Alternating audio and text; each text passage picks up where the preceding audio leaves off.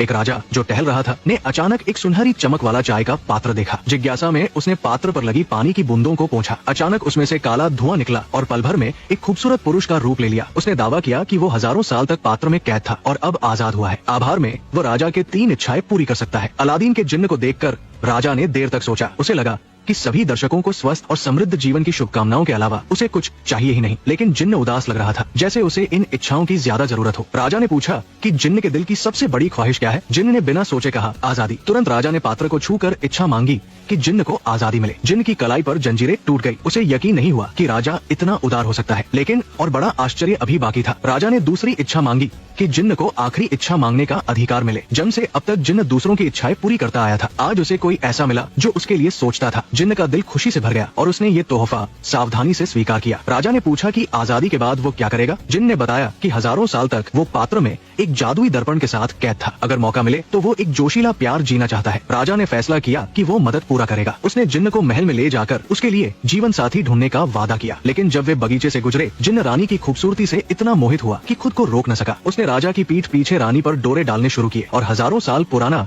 जादुई दर्पण रानी को प्रेम निशानी के रूप में दे दिया। कुछ समय बाद राजा ने जिन्न को बुलाया। उसने बताया कि रानी के डायरी से उसे शक है कि रानी का दिल किसी और के लिए धड़कता है, लेकिन कोई ठोस सबूत नहीं है। मजबूरी में उसने जिन्न से रानी के प्रेमी की गुप्त जांच करने को कहा। जिन्न वापस लौटा और सोचने लगा कि कैसे राजा को बेवकूफ बनाए। तभी रानी का बाप घबराया हुआ आया। उसने बताया कि उसकी बेटी को राजा ने कैद कर लिया है। केवल जिन्न ही गार्ड्स को चकमा देकर एक खास डिब्बा रानी तक पहुंचा सकता है, जिसमें उसकी आजादी का रास्ता है। अपने प्रेम की फिक्र में जिन्न ने सब जोखिम उठाकर रानी के कमरे में घुसकर डिब्बा दिया। दोनों ने अपने दुख साझा किए, लेकिन जब डिब्बा खोला तो उसमें जिन्न के वतन से लाए 2 जहरीले सांप निकले। रानी ने कहा कि राजा से शादी में उसे कोई सुख नहीं, शायद सांपों के जहर से मरकर ही वो इस जेल से हमेशा के लिए आजाद हो सकती है। उसने जिन्न से अलविदा कहा। इस जन्म में नहीं, अगले जन्म में मिलेंगे। वो सांपों को छूने ही वाली थी कि जिन्न ने उसे रोका। वो राजा को मारकर रानी को सुख देना चाहता था। जिन्न ने डिब्बा लेकर राजा के बिस्तर के पास रख दिया। उसने 2 जहरीले सांपों को छोड़ा जो रेंगते हुए राजा के बिस्तर तक गए। जब जिन्न सुबह होश में आया, सांपों ने राजा के गले पर डस लिया था। कुछ ही पल में राजा मर गया। जिन्न को लगा कि अब वो और रानी हमेशा साथ रहेंगे, लेकिन रानी ने कहा कि महल के गार्ड्स को राजा को मारने वाले सांप मिल गए हैं। वो प्रजाति